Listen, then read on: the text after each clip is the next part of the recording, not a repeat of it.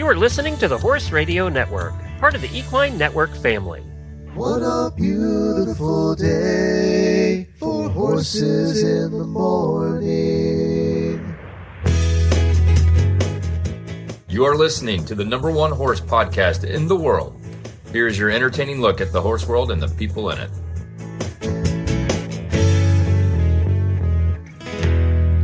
Well, good Friday morning, everybody. I am Glenn the Geek from Ocala, Florida. And I'm Jamie Jennings in Norman, Oklahoma. You're listening to Horses in the Morning on the Horse Radio Network for Friday, February 28th, episode 3637, brought to you today by Kentucky Performance Products. Good morning, horse people. It's Friday, and another weekend of riding is a few short hours away. Jamie and Glenn are here to help you make it through the day with some fun guests and some really bad ads. Enjoy the show. Well, yeah, some people might get some riding in this weekend. It's warmed up in some places in the country. I heard that you and Ashley both got to ride, so... It's beautiful this week, and then next week's going to try to kill us again. Oh, there we go. Well, you know, we always had our worst blizzards when we lived in Pennsylvania in March. March was always the worst blizzards. Now, they went away fairly quickly, but, you know, when you get 9 feet of drifts, it takes a while for it to melt. So I think we get to have, like, tornadoes and stuff. Oh, so good. That should be fun. Yeah. Well, yeah, you know really... what? You get use out of that little shelter behind the kitchen. Yeah. Has Anna been stuck in the shelter behind the kitchen yet?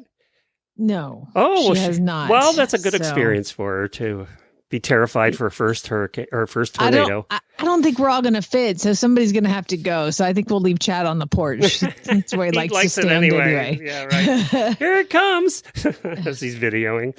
Yep. All right. So join us today. We had a guest cancel on or postpone because of a family emergency, and we certainly understand that lately. But we decided, when was it? Monday, we talked about the Penny Chenery interview we did about Secretariat. Yeah, because I showed Anna Secretariat and Seabiscuit. That's right. That's what it was. And then we had Penny Chenery on the show, which we both kind of forgot how long ago it was. It was 12 years ago.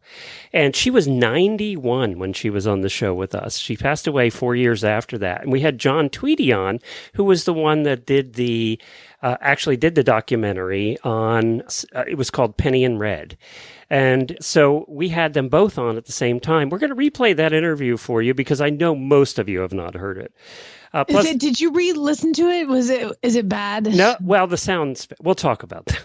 Okay. For new listeners, we'll talk about how it used to be in the old days. But you can hear it and it's fine. I mean, it's a good interview. She's delightful. Plus, we have a Horses in History segment that I did on the Scottish Kelpies, which you said you might be visiting Scotland sometime soon, so I'm sure you'll see them. Yeah, we'll see, hopefully. And then a new batch of prizes for Realli BaD Adz. That's coming up as well. We will not be doing an auto post show. Jamie has to go to therapy, and I have some things I have to take care of here. So I apologize to the auditors, but we'll get back to that on Monday. Here's the fun part is, don't worry, I won't enjoy it. The physical therapy sucks right. balls, so. But you got to ride because of physical therapy. Did you tell your therapist you rode? Actually, yeah, I didn't get to ride because of physical therapy. I talked about this on Wednesday. I just went to physical therapy and I was like, I rode. And he was like, what? And I was like, yeah, I rode a horse. And he was like, did you get the saddle up there? I was like, nah, I just rode bareback. This horse is like 100. And he was like, it Duke? Oh, no, I rode Carl. Oh. And he was like, he's 100? That's amazing. I was like, dude, sarcasm. Like, it was this whole thing. Like, the whole place was like, what? It was great. Come on. Like, you've been with me for 6 weeks, dude. Come on, understand. Yeah, keep up. Sense of humor. Keep up. Speaking about exciting things, the announcement yesterday from your friend was exciting. Oh my gosh, I'm so excited. I hope she fires it here. So Jocelyn Russell, I forced my way into being friends with her because she, a lot of times, like the Secretariat monument she's done several monuments. She's a monument-sized sculptures, right? Yeah. And there's a place where they make them here in Norman, oddly enough. And so she actually got a Cody's Wish monument. It's so beautiful. If you want to just tear up, Google it because it's amazing. So Cody's Wish is the namesake of a horse that ended up having a very successful career that had a very special connection with a young man named Cody Dorman, hence the name Cody's Wish. And he was born with a rare genetic disorder. He was stuck in a wheelchair, and they basically had this bond. This horse and this child had this bond that was unbelievable. And so Jocelyn has been chosen to capture the bond, and nobody will do it better than her. And it's going to be a monument installed at the horse park, and basically at the Kentucky Horse Park, right? Yeah, at the Kentucky Horse Park. And he would always put his nose down into Cody's wheelchair, and so the sculpture is going to be a horse with the Cody's Wish with his nose down, and they're going to install it at the horse park. Hold on, don't cry. And they're going to not have Cody there because they want other children in wheelchairs to be able to roll up to it and be able to look into the eyes of Cody's Wish. Woo! Can't do it. Oh, so they're going to have the horse's nose low enough that they'll be able to roll up in their wheelchair and pet his face. Yes. So the nose will be like at wheelchair level. Come on! I know that was good thinking too. That was well thought out. She doesn't have a lot of time to do it unless she started already, because it says it's supposed to be installed in October of this year. So. Yeah, she's been working on it. So okay. I'm assuming they're not firing this one here in Norman because it's probably already, because it takes forever for them to actually make it. Yeah, I was thinking it'd take years to make one of these, especially as big as she makes them. Yeah. Well, that's fabulous, I think, and good for her, by the way. You know, she's such a sweet lady and is obviously very talented, but she also cares very much that the horse's proportions and that the muscles and that everything is correct. When she did Secretariat's Monument, she spoke to Ron Turcotte probably every week, trying to understand, like, her process of art is unreal. Like, she did a monument for giraffes, and she went to Africa and like watched giraffes in the wild. I mean, that's how like extensive her process is. So if anybody ever has any doubt, don't, because she's going to just nail it. She is just 100% invested in all of it. It's so great. So this is a beautiful, I've seen the mock-up on it, and you can go to Jocelyn Russell. I believe it's Secretary Monument is her Facebook page, and check out all of her work. Oh, it's amazing. Where's the horse now? At Stud somewhere? Yeah, he's at Stud. Okay. I couldn't tell you off the top of my head what barn, but I mean, okay, just spoiler alert. He won the Breeders' Cup, and Cody was there and then passed away on the way home. Like, oh my God, what? I know, the whole story is amazing. The whole story is incredible. I don't know who's paying for the statue, but I'm glad it's going to be at the Kentucky Horse Park where everybody will be able to see it. Yeah. Not in the middle of an intersection you can't get to. Yeah. So that references another statue that she did. Yeah. All right, Daily Whinnie time.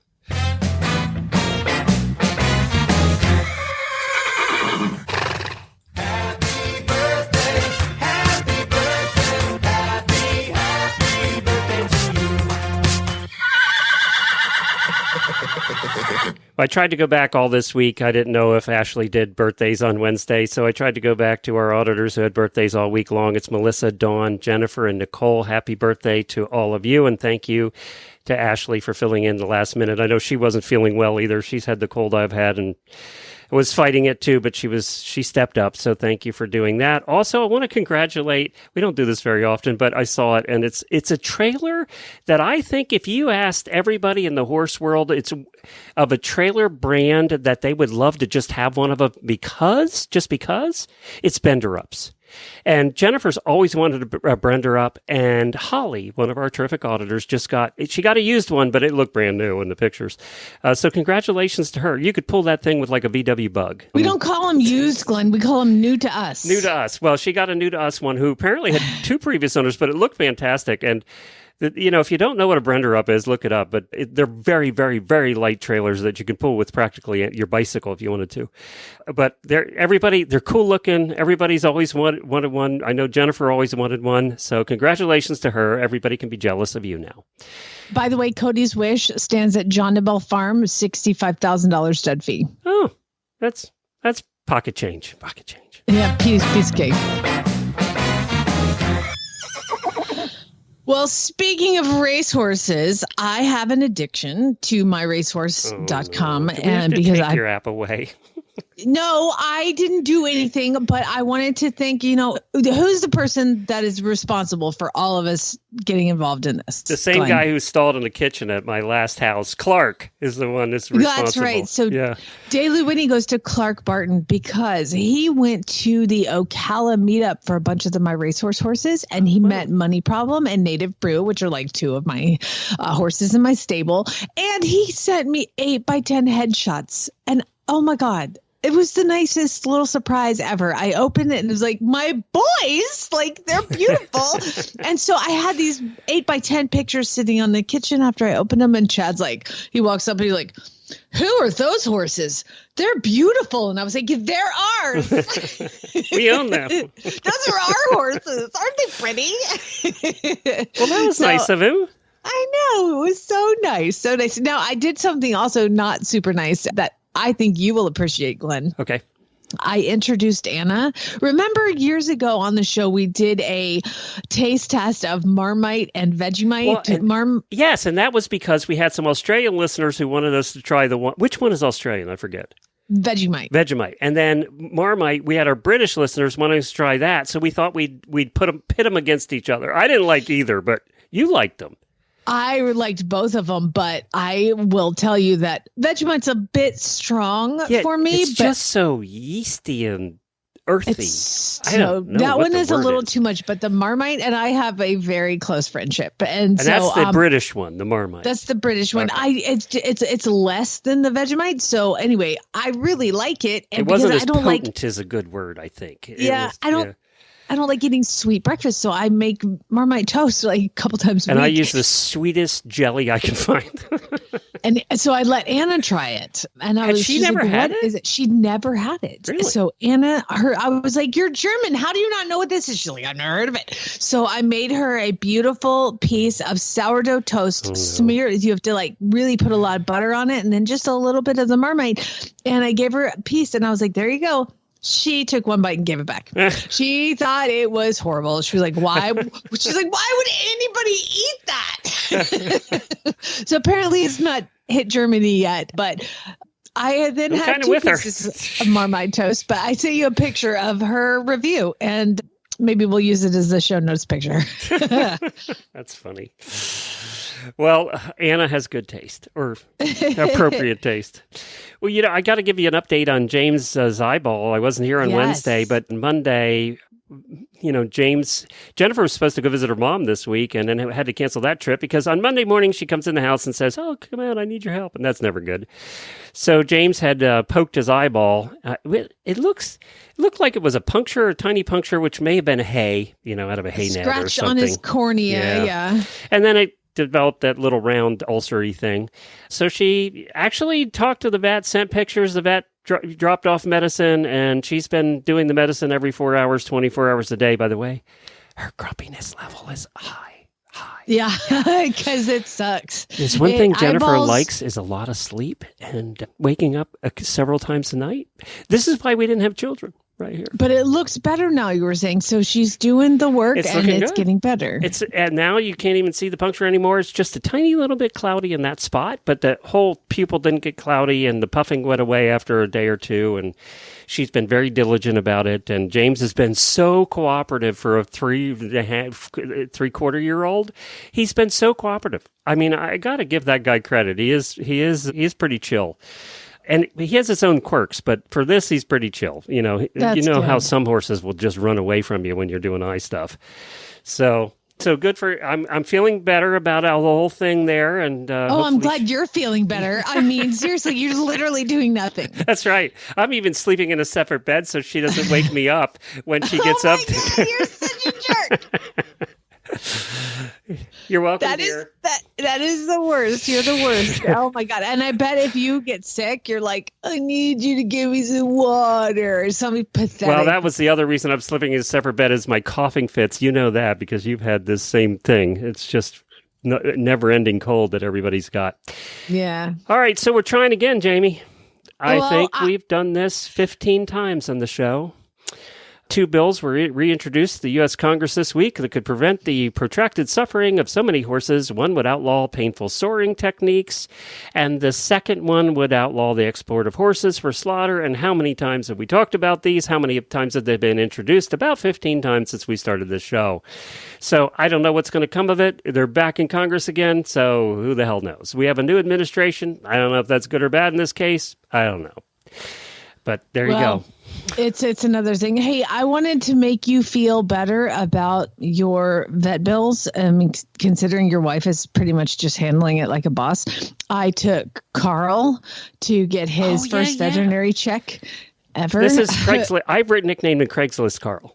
Craigslist Carl. All right, Carl. We named him Carl because he looks and acts just like the little old man from Up. Okay, no, his name is Carl. So Carl, we took him to the vet yesterday, and I get there, and this vet's like, "Okay, so tell me about him." And I was like, "Well, apparently where they comes from in Swink, Oklahoma." I asked where, his last teeth floating was, or shots, or Calkins, or any of that stuff, and they told me that they don't do that in Swink. So he was like, "Oh, really?" So far, everybody's response is, "We should move there. Everything's fine in Swink, Oklahoma." So we looked. So one of the things that Carl has is his right eye is always like kind of half closed and like squinty. So when he first got here, I was like, this week. yes. And that's what reminded me of it is I was putting some triple antibiotic without steroid. You guys don't do that if you think there could be a scratch. And so I did that for about 3 days and it didn't make any difference. So I quit that and I was like, we're just going to the vet anyway. We'll look at it. And so I get there. Okay. I want you to appreciate your wife just going to pick up the meds. Okay. So I get there and he's like, "Oh, it's a droopy eye. Let's stain it." So he stains it. There's nothing. What does that mean? They put the little dye in it, and the dye, when they stain it, will show what that ulcer is, just like you saw in your horse and James's eye, that circle. Gotcha. Yep. The stain will go into that, and then you'll be able to see it. And he was like, "There's nothing there." He was like, "You know what? There's a problem that happens a lot that could be some sort of thing in their guttural pouch that can be like an infection that would cause the eye to half close like that." It only happens in Swink, Oklahoma.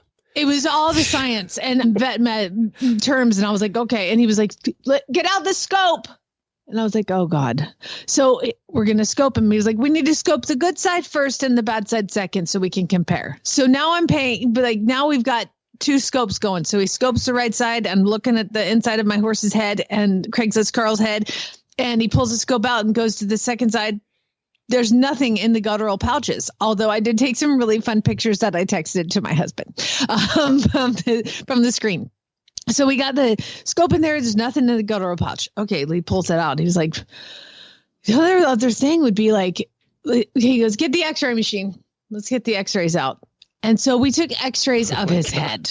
Okay. Now, the cool thing about that is we now know how old he is. He's probably around 19 or 20 because we could see the tooth root. Too far off. Yeah. I kind of, they said he was 15. They're always 15 or 8. So he is probably around 20. So I think 19's not too far off. I was thinking 30. So I mean, he's fat and he is sound. I don't care how old he is, and he's gentle. So anyway, we take head x-rays. And there's like nothing in the sinus cavity that would indicate this eyeball thing. So at this point, we've scoped him, we've stained it, we've taken head x-rays. I did one other thing to it too. My eyeball was cheaper than your eyeball. Oh, yeah. And then he's like, "You know what probably happened?" He was like, "There's nothing wrong with the eye. There's nothing in the guttural pouch." This vet is so smart, though. He's like, I didn't even understand half the things he said. And he was like, "There's nothing in the head x-ray. There's no sinus, any indication of any sinus problems." He goes, "Here's probably what happened is he hit his head when he was little and his eyelid is partially paralyzed." I was like, all that? You could have told me that $1,000 ago. Yeah. He's like, "Okay, well, what else do you need done?" I was like, "I'm going to go with needing his teeth floated because he's probably never had that." And here I'm like expecting the worst. His teeth were, apparently they really don't need their teeth floated in Swink. It wasn't that bad. He had points, but like nothing was crazy. Like this horse has learned to survive. Well, the old boy in Swink knew what he was talking about. Well, now that we're in Norman, he's probably going to have to. Yeah, So we floated his teeth. He's going to be sick the rest of his life. And at the very end of the whole thing, he's like, okay, anything else you need done? And I was like, let's get a Coggins test. Okay. So at this point, we've scoped him. Anyway, right? So. We floated his teeth. We've given him vaccines. We've stained his eye, and we've taken head X-rays. Okay. Oh, can I guess? Do you remember? Do you remember? I'm not going to talk about money because my husband might listen to this. So don't ask questions that you don't want answers. So do you know what a Coggins test is for? Okay, Coggins is the blood test, and the guy who invented the Coggins test, his last name is Coggins. So they're not checking for a disease called Coggins. The Coggins test Didn't we have a relative of his on or something years ago? Maybe. I don't know. I can't remember all of those. But it's basically testing for EIA, which is equine infectious anemia, which is a instant death sentence because they have to control this disease if there's an outbreak. So scope, head X-rays, staining, teeth floating, vaccines. And then I'm like, let's pull a Coggins. And he's like, okay, let's do that. And it started to draw the blood. And I was like, wouldn't that be a bitch? I was like, what if this pops positive and I just did all this crap? We should have done this first. I was like, watch him have EIA, and come out. Well, the vet snort laughed. So that was a good sign. I was like, God, wouldn't that suck? And that'd be your luck too. Oh God! So I quarantined him for a week, but he's out with the herd now. I couldn't. So we'll just see how it goes. Wish me luck. And is he fitting in okay? He's mellow. Oh my God. Y'all, this was the biggest touchdown. I love him so much. He is just has zero personality, doesn't care about anything. I'm gonna wake him up a little bit. But like, I got this racehorse in training who was like super nervous. I put him out with him. They're like best friends. He's like, well, he doesn't care about the other horse, but the racehorse is like, I'm so glad you're here. I love you so much. And follows him around and sleeps with him. It's like the cutest thing. Well, that's what he was supposed to be, a babysitter, right? So yes. There you go. And Farm Boy was like, I think he'll be okay at the job, as he's walking around the field and this racehorse is like up his butt, like sniffing his butt, touching him, like, and he's just like, whatever, I don't care. He's so cool, you guys. I think it did really good. So moral of the story is buy the horse on Craigslist. Sight unseen, I'll add. Yeah. And from a place that doesn't require any medical care whatsoever. No, they don't do that down there. No. So, I mean, so I had to get him caught up, but he loaded great. I mean, he loaded from the outside of the trailer. I was like, hey, can you get in, please? And he's like, okay. And then I'm like, let's get up a little bit. We need to have the water tested in Swink. Maybe it's in the water. I think they had a bunch of other horses in their field, so I'll ring them. Okay. Because I never tell anybody that I have a podcast, because I'm going to be talking about you. All right, Craigslist Carl, working out. All right. Working out. All right, well, after this word from Kentucky Performance Products, we're going to replay an interview that we did in 2013. Now, so that's 12 years ago, people, believe it or not. And this was in the early days of live podcasting and in the early days of us doing live podcasting. When we started this show, there was only one way, really, to do live podcasting. The technology was not what it is today, where there's 100 ways to do it now. And it really sounded like early AM radio. So basically, Jamie went from top 40 FM radio in Atlanta to bad AM radio talking about horses. Yeah. That's what happened. And we did we were so lucky to get an interview. We tried to remember how. I asked Jennifer because she was booking back then. And it was because of the Penny and Red documentary. They were promoting it, and that's the reason they came on our show. And that was Penny Chenery. And the producer of the documentary, John Tweedy, came on the show to talk about that. But we had a great interview. Now, the reason I said about it the early days is because the sound is not great. It's bad. Now, our sound, ironically, with the fancy microphones, was much worse than their sound on the telephone. So you can hear the interview. It's fine. You'll be good. It's 15 minutes long, but it was worth listening to. And I know 95% of you have not heard this interview. She was 91 when she did this. It was 4 years before she passed away. And it was right when Penny and Red came out, which was, by the way, if you haven't seen that documentary, it's available on Vimeo. And I'll put a link to it so that you can go watch it. But it was a great documentary, too. I bought the DVD. Did That's you? how good it is. Oh, yeah. good. Okay. And she was fabulous. So let's take a listen to that, and then we'll be back with more. She had waited all her life for this moment, dreaming about it since she was 10 years old. The trailer ramp touched the ground. He whinnied as she backed him out, swinging his head around to get a good look at his new home. His coat gleamed in the sun. Her love had arrived. She was breathless. He was beautiful. She could hardly wait to tack him up and start off on what she was sure would be the best times of her life. This love story is brought to you by Contribute, providing essential omega-3 fatty acids that help maintain low inflammation levels throughout your horse's body. The horse that matters to you matters to Kentucky Performance Products. Call 859-873-2974 or visit kppusa.com to order today. I'm sitting here at my computer, and directly above my head is a signed by Ronnie Turcotte photo, huge photo of Secretariat winning the Belmont. And on my bookshelf next to me is Secretariat's Meadow by Kate Tweedy. And we've right now got John Tweedy and Mrs. Penny Chenery on the show to welcome you guys. Good morning.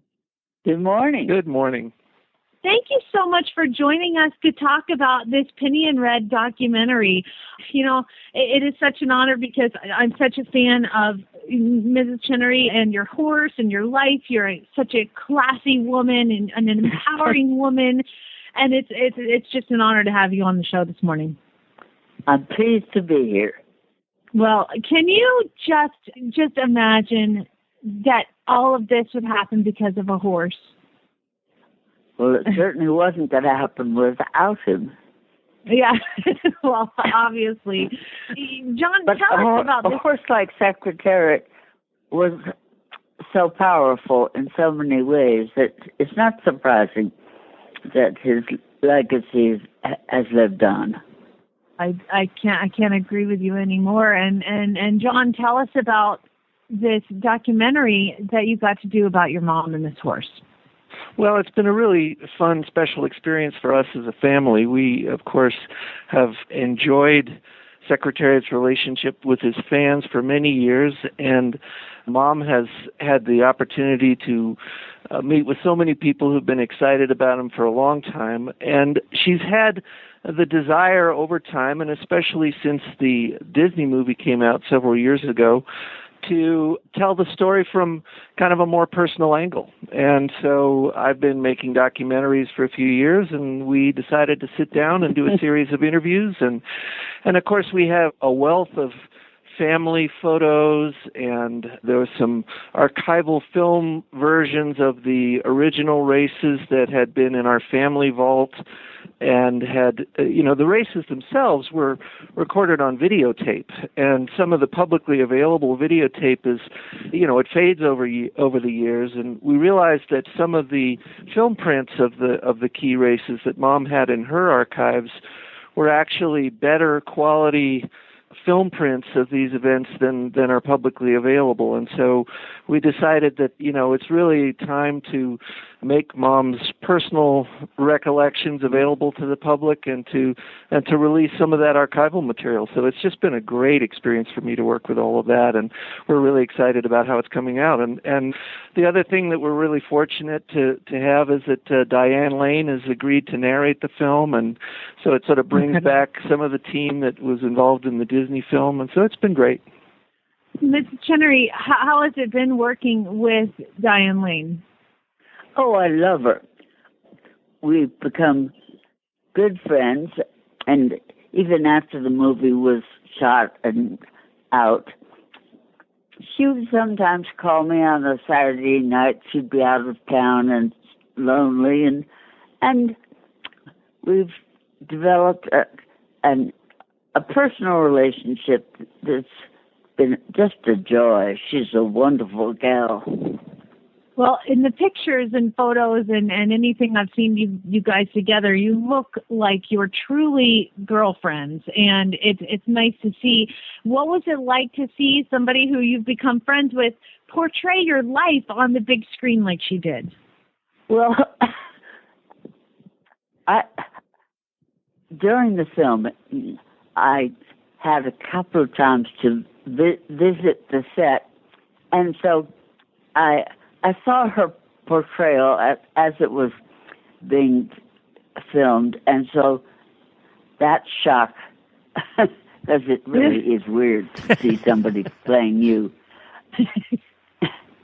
had sort of dissolved, and then having a chance to visit her and talk on the phone.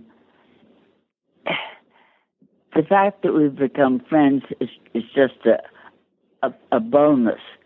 And right. She is so perceptive as an actress. She's picked up my mannerisms and the cadence of my voice. And although it's weird to see someone else, after a while I think, that is me. Wow, that must be just crazy to see. How have things changed for you guys as a family since the movie came out? I mean, obviously you've been in the horse world for forever, but since the movie's come out, have things changed? Within the family, or with just, I guess what I want to know is, after seeing yourself in the movies, and now with it being kind of the 40th anniversary of Secretariat's Triple Crown win, how much more prominent is your life in the spotlight? Well, fortunately, I live in Colorado, in Boulder, and they don't take me seriously. I don't live a public life anymore, and that's a good thing. Well, and I would just add, I think that Mom has never been quite out of the spotlight, and so the sort of renewed focus has been kind of a nice bonus, because she's been able to meet with a new generation of fans who've been turned on to the movie. I think a new generation of horse-crazy girls have seen that movie and learned about the story, and that's been a wonderful thing. Well, I was so proud of you, Mr. Chenery, when you pushed and pushed to have the Preakness time reviewed, and now Secretariat actually holds the record for the fastest Preakness. How was that? How incredible is that? Well, we always knew that there was something wrong with the official time, but it took a lot of hard work, and John was involved with my business partner Leonard Lusky. And will you describe the mechanics of doing that, John? Well, it was fascinating. You know, the videotape is actually a very precise timer because it's 30 frames per second. In fact, 29.97 frames per second. And so when you take the videotape and you match it exactly against the then official record, it was very clear that Secretariat beat the record. And so it was just a process of compiling that video evidence and giving the commissioners the technical confidence that, in fact, when you play out these frames of video, they add up to a very precise timing to within tenths of a second, and they could indeed say with certainty that he had beaten the record. So it was just putting the evidence in front of them. The people who were in the video industry back in 1974 already knew this, but I think that the racing industry at that time was not ready to accept what the science of video was already able to prove even back then. But now I think we're certainly there, and the Racing Commission recognized that. That was fantastic. That was a great day. Before we talk about the Secretariat Festival, I have to just ask Mrs. Chenery one question, one personal question, and I mean, come on. Did you ever get on Secretariat just for a second? Just throw your leg over him and ride him for a second? No, I didn't. Although I'm an experienced rider, I was not in very good shape in those days, because it would have been such a tragedy if I did indulge my fantasy and gone out and he dropped his shoulder and dumped me, run off and gotten hurt. Now that would be a real tragedy. So, gosh. But also, he was a big, strong horse. And in my prime, I would have been challenged to stay on him. Oh, without a doubt. And, you know, the movie portrays him as being playful but docile. Well, he wasn't. He was a big, strong stallion with ideas of his own. If you went to the webbing of his stall and he didn't care to have you there, he would nip. He'd say, "Get out of my face." And no, I had much too much respect for him and fear for my life. I'm glad to hear you say that, because I used to gallop racehorses and I never saw one as sweet as the horse in that movie. No, absolutely. And in the documentary, you'll probably see a slightly different Secretariat, because there's archival footage of him right after he was retired to stud, and you really do see how powerful, majestic he was, but also not a horse that you would hop on lightly. No, I'm sure not. Well, I'm glad you didn't get yourself hurt, Ms. Chenery, by hopping on him, and probably a good thing. The Secretariat Foundation is going to benefit from the Penny and Red premiere, which happens September 20th. It's going to starts at 6 p.m. at the Sales Pavilion, and there's a VIP cocktail reception. You can meet Mrs. Chenery. The Meadow Stable team is going to be there. Bill Knack is going to be there. There's going to be a reception. There's going to be the screening. It starts at 7:30. It's an incredible night, and it's so affordable. With the screening, $40 a person. VIP tickets, either $95 or $150, includes a DVD signed by Mrs. Chenery. You can go to secretariat.com to get the tickets and to find out more. There's a run walk at Adena Springs. There's going to be a Claiborne Farm tour. John, tell us a little bit about how this all came together and what people can do with their getting involved. Well, the Secretariat Festival has been going on for a number of years. It's become a wonderful annual celebration of Secretariat's legacy and really horse racing in general. So if people are able to come to Paris for that weekend, it'll just be a fantastic time. There'll be a ton to do. The screening will occur that evening, and then folks will be around, and Mom will be available to meet and greet fans, and so it'll just be a great time. It will be. And then Saturday, we're going to have my two favorite things, horses and baseball, coming together, because there's going to be celebrities. Pete Rose, Johnny Bench, Joe Morgan, and Tony Perez, which were the Big Red Machine in Cincinnati Reds history. They're going to be there signing autographs. You're going to meet jockeys such as Lafitte Pincay, Pat Day, Chris McCarron. The list goes on. And this is Ronnie Turcotte. And Ronnie Turcotte. Can't forget him. Of course not, without a doubt. Of course he has to be there. And so this is definitely something. I mean, as a horse girl, this day would be a dream come true for me, to be able to tour these farms and meet these amazing jockeys and amazing celebrities, and go visit where actually Secretariat stood at stud and is buried at Claiborne Farm. So you can find out more about that on secretariat.com. Anything else you want to add to that, John? I know. We just hope folks come out and enjoy the show. How can we get a copy of this movie? That's why I was going to ask, what happens after? When do we see it? Well, the movie is going to be made available through the Secretariat.com website. We are still sort of working out the timing. We have the premiere screening, as you've mentioned, but how soon it comes out after that is a little bit still in the works, but it will be available for the Christmas season for fans through Secretariat.com. I can say that. Oh, good. Yay. Okay, Glenn, put that on my Christmas list. Yeah, I have it on your list already. Here. It's so fantastic to talk to you guys. Our time is unfortunately up. I think I could talk to you forever. Actually, we do a show here on the Horse Radio Network called Equestrian Legends. And Mrs. Chenery, I hope someday you would consider to be part of that, because you embody an equestrian legend, and it would be an honor to have you on that show. We'll try to get in touch with your people and talk to them about that. But it's just been a total honor to have both you guys on the show. I cannot wait to see the movie. It is Penny and Red, The Life of Secretariat's Owners, Landlocked Films, directed by, of course, her son, John Tweedy, who has been kind enough to join us. You guys, I can't thank you enough for being on the show. It's been a blast. Certainly has. All right. Thank you, guys. An honor talking to you guys. Thank you very much. Easy, effective, and eco-friendly fly control starts with Fly Predators. Fly predators are the organic, natural way to dramatically minimize your fly problem.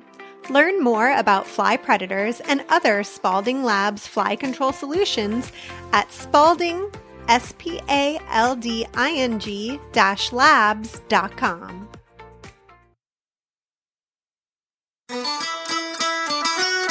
We have all heard of the Kelpie sculptures in Scotland, and Jennifer and I got to see them in passing while we were there. And I got to thinking when I was looking at pictures from the trip the other day that I don't really know what the Kelpie horses are, and that led me down a rabbit hole. Obviously, they're a horse from Scottish folklore. Originating from the misty lochs and rivers of Scotland, the Kelpie is a shape-shifting water spirit, say that fast, most often appearing as a magnificent horse.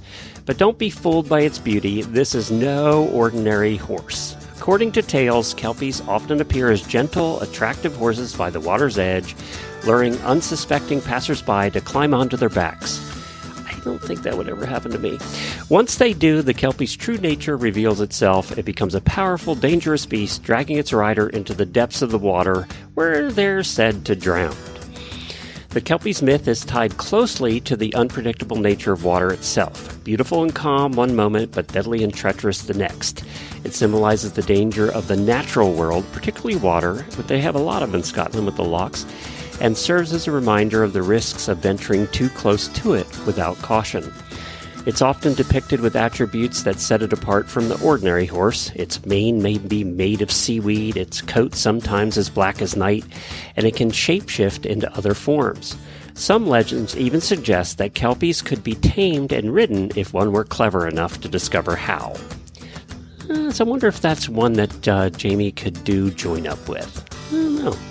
The Kelpie also plays an important role in Scottish culture and art. It's been immortalized in literature, painting, and, of course, sculpture. The Kelpies that we saw stand 30 meters high and are a tribute to the creatures and their deep connection to Scottish folklore. The Kelpie legend has continued to evolve, with modern interpretations sometimes portraying them as protectors of the land rather than a mean, wicked creature of the water.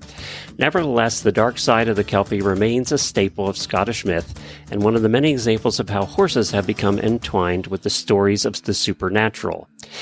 The Kelpie horses first appeared in written form in the 18th century, though their roots in Scottish folklore likely go back much further.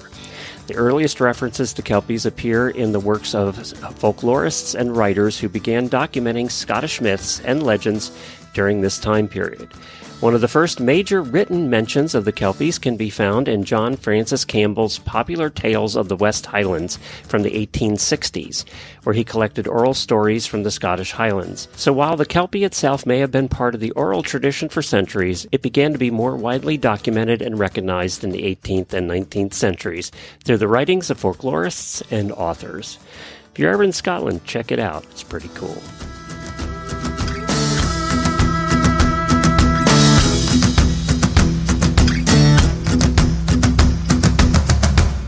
If you ain't met one by now, you're bound to sooner or later. He says one thing and he means another, but hey, he can't help it. He's a horse trader. Horse trading. Well, it's a laissez-faire. Let the buyer beware. Horse trading. They tell a low-down lie with a sincere stare. Horse trading. Well, if they're talking in circles and the deal ain't square, he's a master in the fine art of persuading. Horse trading. That's right. It's time for Realli BaD Adz, that time of the week when listeners submit ads from Craigslist or Facebook, and we just have a little bit of fun with them. And we have prizes again. So what we're going to do is, we didn't have any prizes in February, so we're just going to carry everybody over that submitted. You'll be entered into March's, so you'll qualify for the prizes. We have 2 prizes this month, and maybe 3. I'm waiting to hear on the third one. But Kelly Hurd horseshoe necklace worth $99. We all know Kelly Hurd. We've talked about Kelly Hurd. They do the finest jewelry in the horse world. It's sterling silver, has zirconia stones. So this is a really nice necklace. And so pretty. Yeah, I mean, you're going to be happy to have it no matter who you are. So that's worth $100. Plus, I have a book here, The Horses, Humans, and Love by Tim Hayes. It explores how the social behaviors of horses, particularly in the herd dynamics, offer valuable insights into improving human relationships. And so this guy has studied horses kind of like Monty for years and years and years, and wrote this book on herd dynamics and how it can lead to more valuable human connections. Sound familiar, Jamie? I love it. So that's all coming up as prizes, and maybe a third one I'll let you know next week. Well, we don't always have time to get to all of the submissions, and Ellen, Danielle, Michelle, and Grace, we didn't have time to get to yours today. Also, Jennifer has a very special message for Ellen directly. Links to Facebook ads don't work. Send screenshots. We're talking to you, Ellen. So there you go. Birdie sent this one in. That's a new name, I think. This is from Livonia, Missouri. I think it might be the first ad we've ever had from Missouri. We don't get ads from Missouri. No, I doubt it. Approximately 6 to 9 years old, gelding. Very nice gelding if someone wanted a project for the summer. He's not a big fan of a saddle, and he rides better without, we have learned. So probably after learned the broken the bone. way. After the broken arms, they learned. Probably because you have the wrong fitting saddle. That could be too. And 6 to 9 really means what age, Jamie? Well, 6 to 9, it usually means about 15. When they say they're 15, they're usually about 30. Right, exactly. There you go. And JMO sent this one in. Hi, this is JMO in New Hampshire, and I have a really bad ad. This one's for free horse manure. Free horse manure. You'll need a 4-wheel drive truck, or I have lots of empty 50-pound grain bags you could fill. I do not have a loader. Have a bigger pile composted, but has snow on top. The taste of homegrown vegetables is worth it. Located in Hillsboro. The ad itself isn't bad. Well, if you look at the photos, this is just someone looking for someone to clean the manure out of their snowy paddocks. They're looking for free labor in exchange for taking away free manure. She is not wrong. I'm looking at the pictures, and there's snow. It's just poop in the field, and there's snow covering most of it. So not only do you get to come out and clean her paddocks, you also get to clean frozen manure out of the paddocks. Yeah, let's at least wait till the snow melts. It's like nobody's planting a garden right now anyway. Well, you know what? Maybe it worked. Actually, yeah, we kind of are. But you're in Florida. There's not snow on the ground where you are. All right. Rachel and Faye both sent the next one in. This is called, oh, bless them. They're North Alabama horses. I know that's where Rachel look how is. this starts. You're going to have to do this as a Southern preacher. Oh, okay. Here we have North Alabama horses. The first line, all capital letters. I believe she could outrun a local phone call. I believe she could be more athletic than Deion Sanders. I believe that she's built like Simone Biles. All she needs is a chance to start. 5 to 6 years old, 14 2.5 hands. This girl looks like some of the best bred barrel fillies in the world. Again, she ain't started, and I'll price her that way. If you're looking for one with the potential, you have time for a project, they ain't no telling how good she'll be. Oh, this is in Bremen, Georgia. It's in the pictures. Look, that's what it says. It's in the pictures. Look, so what are we looking at her potential in the pictures? Let's just take a look at the pictures. This is your perfect photograph of a quarter horse's butt. With the biggest quarter horse butt you've ever seen. I believe she's got the potential. That is one big fat quarter horse butt. I believe Praise she's the a Lord. fat one. Praise Jesus. By the way, if she had that much potential, why didn't you start her and take her out to do the barrels? Just saying. Hey, they ain't got no time for a horse that they got to do some work on, Glenn. It's just you take it and you can do it, and we'll price her the way that she should be priced because look at that tank on that horse. Okay. We have had so many ads recently that are just making up the potential that the horse has. We're just going to make it up. We're going to make it sound so good. And I could say that about any horse. Has the potential to do anything. Oh my God, this horse is going to do math problems. It just has to learn math first. Oh, look at the next ad. It's one big long paragraph. Let's see if I can get through this. Janelle sent this in. It's from the Triangle Area Equestrians, whatever that is. Okay, guys, I'm coming here for some help/advice. And here's the long paragraph. I own this horse. I don't like this horse. My family doesn't like this horse. My other horse doesn't like this horse. She's just not a good fit for us. We are slow, old, trail riding type riders. Old, slow, lazy, boring horses are what fit our bill. This horse is fast and fiery. She's pushy. She's a bit unpredictable under saddle. An exciting ride for sure. I would almost say that she seems to be waiting for the call to action as a mount for a rider of the apocalypse. However, she's an absolute angel when tied or led around. Her ground manners would put Mrs. Post to shame.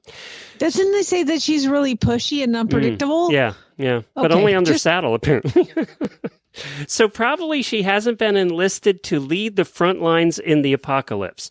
I'll need to find her a home where she either gets to run and battle as if the hounds of hell are on her heels, which she would love, or get to be loved on from the ground pasture puff, which she would also adore. She just absolutely does not want to do the things that we want to do, and we are very clearly not skilled enough riders to handle her. Any suggestions of places looking for a pasture puff? Anyone interested in taming a wild beast? Any recommendations? Anonymous, because I want to avoid confrontation with the entity I purchased said horse from, as there was some misrepresentation as to what the horse was. Yes. So basically, you bought a horse and they lied. Yes, exactly. And apparently this horse is ready for the apocalypse. So there you go. Cool. Hey, sign me up today. I'll take the fiery beast. Drew sent the next one in, and this is a Facebook page, just somebody's personal Facebook page, and it's a person named Zoe, and then the rest of the name is blacked out. Free to any home, not even a good one. Cute little dun pony disguised as the devil. Breaks fencing, costs a lot in vet bills, and just a general pain. And here's a picture of two horses out in the field, and they have drawn a red arrow to the bad one. Oh, and there's a second picture of broken fence posts. At least they're honest. Honesty is key today, Glenn. Yeah, we do have a theme today, and the devil seems to be it. Yeah. Allison sent this one in. This is our trailer of the week. Description. Flooring is strong. Wheels are good. I used for small animals. It sounds like a haiku. Yeah. Sheep and donkeys. And this is a picture of a $600, way overpriced, by the way, $600 little tiny trailer that's rounded in the front, has part of the front roof on like a chariot. It looks like a big chariot. Exactly, like a big chariot. I will give this trailer credit. It's made mostly out of wood. Looks like maybe pallet boards. Yeah. But I will say this. You can see its wheels, and they have air in them. So there you go. The tires have air. That's 10 steps above most of our other trailers. Now, of course, you'll need a tetanus shot to put your horse in the rest of the rusty nightmare. Yes. It's amazing how many of these we've seen, and we're like, you know what? That's not so bad. Yes, it is. It's bad. We've just seen a trailer every week that is awful. Yes. Oh, by the way, the lights are all busted out in the back, and that kind of thing. You probably won't be legal, but No, there's no lights. There's and it's perfectly done. So those pallet boards are spaced about as far as pallets are spaced, like the boards. So, I mean, I can just see, as they said, sheep and donkeys, but there's a hoof that had gone through that. I promise you that. Yeah, that's true. Yeah. Okay, don't buy it. Besides, $600 was too much. It's There's a lot wrong It's with not it. You're approved. just so broken to this whole thing. It's like, you know what? That's not bad. Yes, it is. It's terrible. Katie sent the next one in, and it's a long ad, but here we go. Meet Nexus. 2008, 16-1 warm blood cross gelding. Nexus has a record as long as your arm from training up to Prix St. George with juniors, amateurs, and pros with mostly good scores. He's a reliable show horse who loves to travel, especially to Florida, and is easy to get along with in every way on the ground. This ad sounds Here we great. go again. He has a huge work ethic and engine, loves to do the upper level movements, is sensitive and forward, and incredibly fun to ride for someone confident and capable. He is a lot. And I don't just mean his color.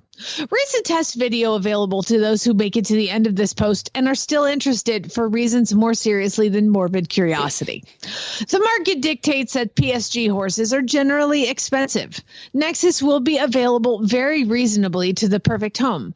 This is not due to any lack of ability on his part, but in fact due to allow the new owner, some budget left to afford his expensive tastes. Nexus enjoys terrible conformation, corrective shoeing, frequent minor injuries, and is ready to be your vet's next dream customer. You own a lot of those. This horse may very well pass the flexions with ease on any given day, but because we intend to disclose his history, this one will likely not pass at vetting. He has enjoyed all the treatments. He just identifies as spicy and weird. He's enjoyed Shockwave in many places, has a long-term relationship with the chiropractor, and might have an addiction to HA injections. He's an expensive nightmare. He's in full work doing his job and showed much of the season. If you're looking for a low-risk partner with pristine vettings, keep looking. A great situation for Nexus would be a rider who is either a vet, is dating a vet, or has access to all sorts of cool, expensive therapies to combat his accident-prone tendencies. If you are still reading, Nexus is the perfect fit for that capable and gutsy junior or aspiring pro who is desperate to get their foot in the door or in third or fourth or even Prix St. George, but can't afford the price tag of the easy ones and can offer a long-term home for this lovely boy who so deserves it after he shares all of his knowledge with yet another person. For the perfect fit, we are very negotiable. He has been with us for 12 years, so this will be the saddest departure, but his adult owner is ready for something a bit quieter and less sensitive that allows her more time to chat with her dressage lady friends while riding, not having to maintain a six-pack. Serious inquiries only. He's very cute, by the way. And there's a very cute. Picture of a... Try again. Sorry, Sierra, I wasn't talking to you. He's a beautiful bay and white pinto, like in a double bridle going. Really nice looking horse. But, you know how we always say buying the horse is the cheapest part? That sounds about right for this one. Mackenzie sent the following one in: Western PA horses and tack. Cheap QH babies. 1 colt, 1 filly. 2 years old. 13.2 hand dishes, both caked in muck and have bad conformation and front pasterns. I heard this can be fixed. They are not by me, apparently. They are sound, both halter broken friendly to an extent. First with a trailer and cash wins. 650 each. Edit. You're buying 2 horses in a field, not 2 horses in a trailer. Cash first, load second. If you can't get them loaded, that's on you. What a scammer. Oh my God. You are buying 2 horses in a field, not 2 horses in a trailer. Which means somebody came out to buy them and they couldn't load them. Oh, that's funny. Oh my God. We've had a theme today, haven't we? Okay, I have one that I forgot to send to Jen, but I am against my better judgment. I joined a Facebook page because I thought it would be entertaining, and so far so good. It's a Facebook page called Texas Horse Swappin'. Oh no, really? Swappin'? SWAPIN. Okay, that's Texas Horse Swapping. Okay. So if y'all want to, I'm going to unjoin it here in a minute, but if y'all want to join that one and send lots of really no drama in that one, huh? No, I'm sure it's fine. Totally fine. Okay. I ain't going to call this one a bronc because she don't buck good enough to spill your beer. Beer emojis. But she sure tries her best, and warming her up ain't stopped her from doing it yet. Went to brush her butt/flank area, and I almost got my head kicked off. She's more watchy than a tweaker at your local horse sale, and is as pissy as one of their 3 ex-wives when she finds out she ain't the only one. She may ride, or she may not. She's project price, and she's as cheap as she's going to get. We don't have time to deal with anything ill-mannered, and she was brought to us by a client to help her get her sold. She was supposed to be a good trail horse, and he got something last year fed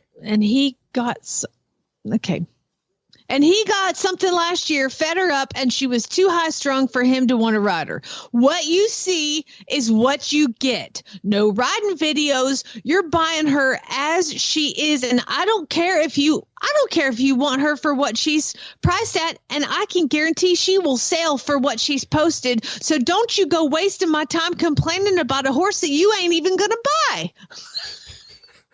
So what was she posted at? Do you know? It doesn't say. Do you think it was like $5,000?